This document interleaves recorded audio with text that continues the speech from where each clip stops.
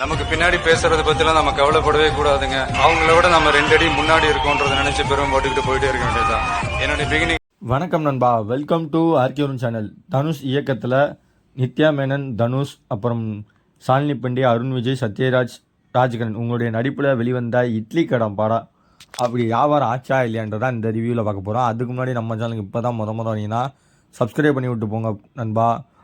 இந்த வீடியோவில் ரிவ்யூ பார்க்குறதுக்கு முன்னாடி இட்லி நாளே மதுரையில் ஃபேமஸ் கொஞ்சம், அதனால் இந்த படத்தோட ப்ரொமோஷனுக்காக நம்ம மதுரையில் தான் ஆடியோ லான்ச் வச்சாங்க. ஆடியோ லான்ச்சில் ஒரு ப்ரொமோஷன் ஒரு ஃபேன்ஸ் ஈவெண்ட் மாதிரி வச்சுருந்தாங்க ராஜா மச்சா மண்டலத்தில். அந்த மாதிரி மதுரையில் ஒரு கெத்தான படத்தை கொண்டு வரணும்னுக்காக ஒரு ப்ரொமோஷன் பண்ணாங்க.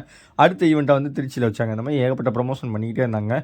காரணம் தனுஷோடைய இயக்கத்தில் வெளிவந்திருக்கு நிலவுக்கு என்னடியன் மேல் கோபம். அந்த படம் எப்படி ஹிட் ஆச்சு இல்லையான்னு உங்களுக்கே தெரியும் ஃபேன்ஸுக்கெலாம். இந்த படத்தோட ஒன்லைன் ஸ்டோரி போயிடும். அதுக்கு முன்னாடி இட்லி கடை வியாபாரம் ஆச்சா இல்லையான்னு பார்த்தீங்கன்னா வியாபாரமே ஆகலை. ஏன்னா காலாண்டு லீவை மென்ஷன் பண்ணி இந்த படக்குழுவினர் படத்தை ரிலீஸ் பண்ணாங்க. அது பெருதளவுக்கும் எக்ஸ்பெக்ட் பண்ண அளவுக்கு படம் போகலைன்னு தான் சொல்லணும். காரணம் என்னென்னா அது ஒரு ஆகலை பழைய கதை. ஃபாரினில் லவ் பண்ணுறாரு ஒரு பொண்ணை, ஃபாரினில் ஒரு குக்காக இருக்கார். அதாவது ஒரு சின்ன வயசில் கிராமத்துலேருந்து வெளிப்பட்டு நான் பணம் சம்பாதிக்கணும், பேரு புகழ் சம்பாதிக்கணும் அப்படின்னு சொல்லி தன்னுடைய அப்பாவோட செய்யப்பட்ட கடையிலேருந்து வெளியே போகிறாரு. வெளியே போயிட்டு அங்கேருந்து ஒரு கட்டத்தில் தன்னுடைய அப்பா இறந்து போகிற தருவாயெல்லாம் வெளியே வந்தவர் மறுபடியும் வருகிறாரு ஊருக்கு.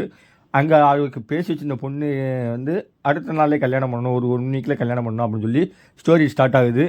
இதில் ஈகோஸ் இருக்க பொண்ணோட அண்ணன் நம்ம அருண் விஜய், இவங்க 2 பேருக்கும் கிளாஸ் ஆகுது. இவங்க 2 பேரும் கிளாஸ் ஆகிற ஸ்டோரியை சூப்பராக வச்சுருக்காங்க. இதில் நித்யா மேனனுடைய கதை என்னென்னா, இவங்க வில்லேஜ்லேருந்து எல்லாருமே ஸ்கூலில் படிக்கும்போதெல்லாம் இவங்க லவ்வர்ஸாக இருப்பாங்க. கடைசி வரைக்கும் என்ன பண்ணிங்கன்னா நம்ம திருச்சிற்றம்பலத்தில் 2 பேரும் ஒன்று சேர்ந்தாங்க. அந்த மாதிரி தான் திருச்சிற்றம்பலத்தில் 2 பேரும் ஒன்று சேர்ந்த காம்போ பெருசாலும் பேசப்படலை படம். ஆனால் அதில் பாட்டு ஆல்பம்லாம் ஹிட்டு. அதே மாதிரி இந்த படத்தில் பார்த்தீங்கன்னா பாட்டு எந்தானே மச்சானே அந்த பாட்டும் ஒரு ஹிட்டு ஜிவி பிரகாஷுடைய இதில்.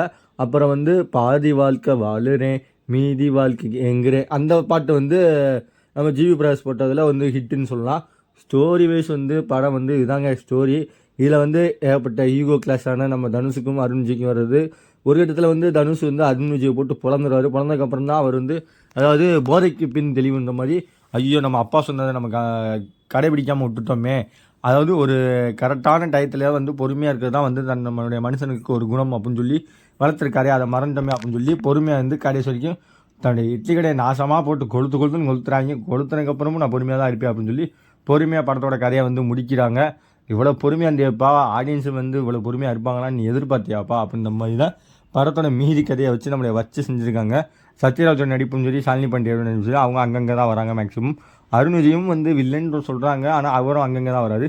சமுத்திரக்கனி ஃபஸ்ட் ஹாஃபில் அந்தளவுக்கு இருக்க மாட்டார். ஏன்னா அவர் ஃபாரின்லேருந்து வந்ததுக்கப்புறம் தான் அவருடைய ஸ்டோரியை இன்வால்வ் ஆகிறாரு. பார்த்திபன் அவர் ஒரு போலீஸ் வில்லன் கேரக்டர்லேயே கொண்டு வந்திருப்பாங்க.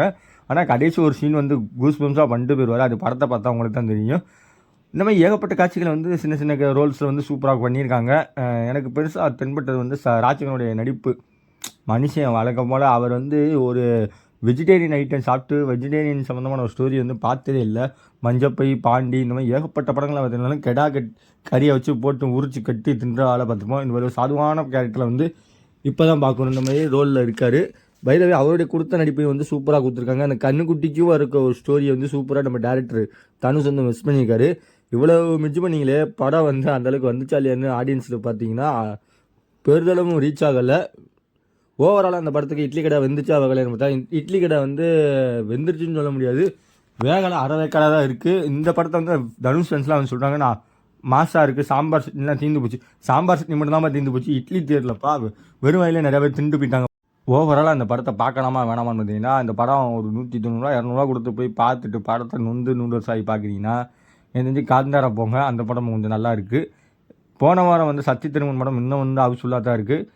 அந்த படத்தை கூட போய் ட்ரை பண்ணி பாருங்கள். இந்த படத்துக்கு ஆர்கியூன் சேனல் ரேட்டிங் பார்த்தீங்கன்னா 5க்கு 2 தான் தருவேன். 1 time watchable movie this week. Bye viewers.